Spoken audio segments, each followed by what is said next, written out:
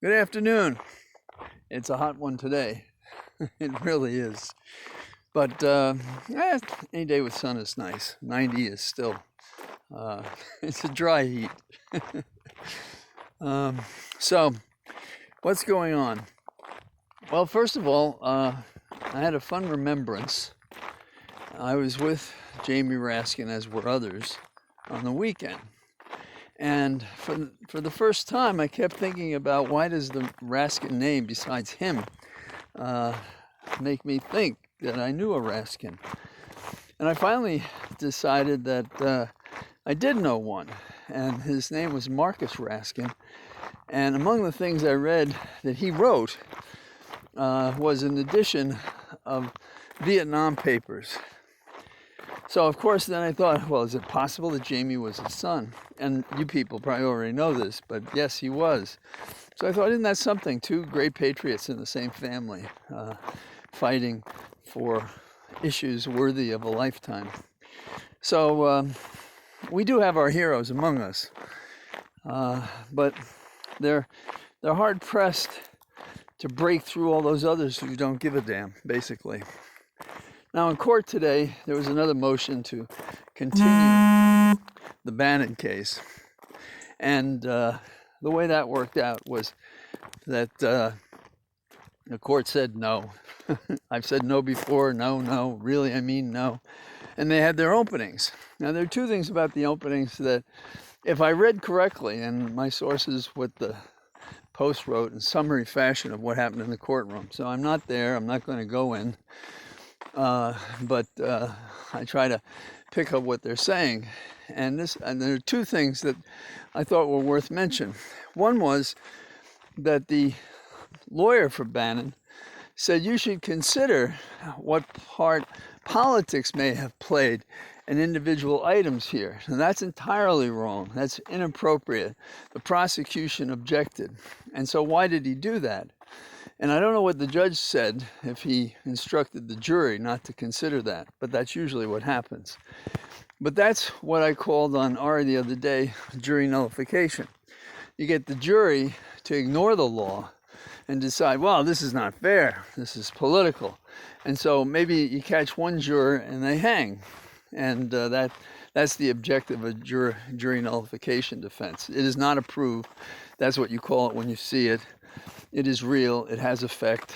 Also, as I understand it, somebody claimed that Ginny Thomas was in the courtroom, and that's interesting because, in trials, when I was coming up as a prosecutor, significant people would come to the courtroom and sit there in the front row and say hello to the defendant when the jury might be in the room to influence them. I don't know if that had anything to do with anything, but it's interesting that she would choose to go to a trial with Bannon. And it's not unexpected because we believe that she's corruptly involved at some level in all that was going on with the insurrection and the effort at a coup. Now, the second thing about the Bannon case that I'm a little concerned about is the prosecutor did say that this is not a very serious offense, and he just failed to do what everyone should do.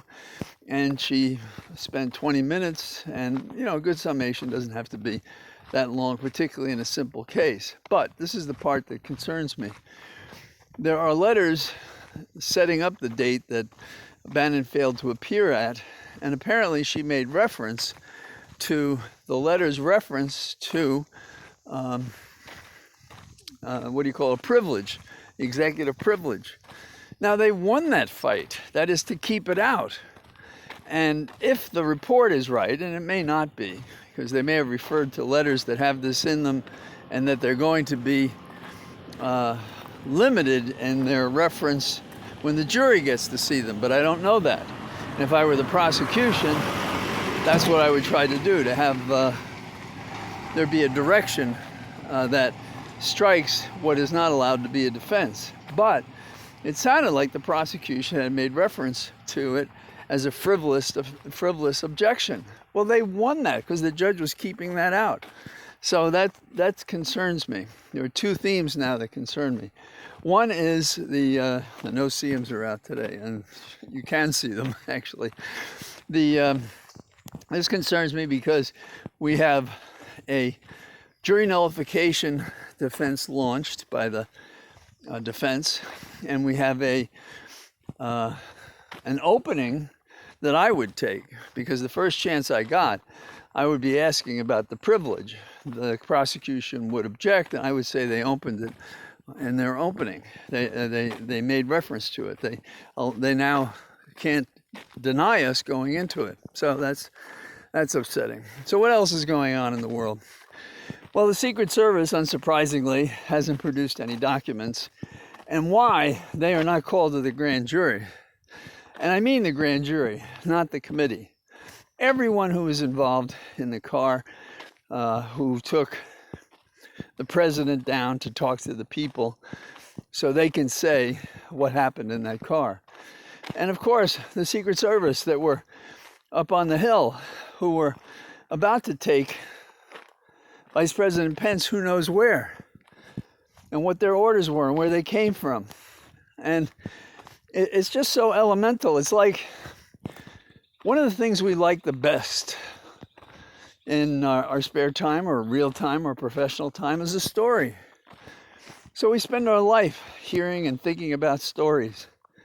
Why isn't the story here? Oh, so they destroyed it. Damn, get every one of them on the carpet and let's talk to them and find out where this stuff went and why and who ordered it and who directed it, and are there memos about it that haven't been destroyed. So that's a pretty interesting thing. I think that the answer, of course, going back a little bit to Bannon, is that you knew when they were passing a resolution on the floor that the date was running away, and that you had to comply or be held in contempt, as you now have been. So the final thing in terms of the category of hypocrisy, inconsistency, injudicious conduct, lawless conduct, and equal before the law, is that you can have a guy like Trump plot a coup and not even be interviewed by anyone in the entire time since it happened, or tried. That's outrageous. But then consider the fact that women today, members of Congress, made a demonstration on the Hill, and they were immediately arrested for misdemeanors. Now, how do you square those two?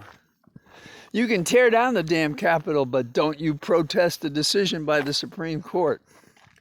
So, in the world of hypocrisy and blunted thinking and amoral choices, more than ever, we need people like the Raskins and Schiff and a lot of the people that show profile, show courage, say the things that need to be said, even when others are probably pushing back on them. And we, the people, have to do the same thing at the water cooler, or if we put money in a campaign, we have to push back and fight back, because nothing less than the democracy is at risk. So, good talking to you. Talk to you tomorrow. Bye-bye.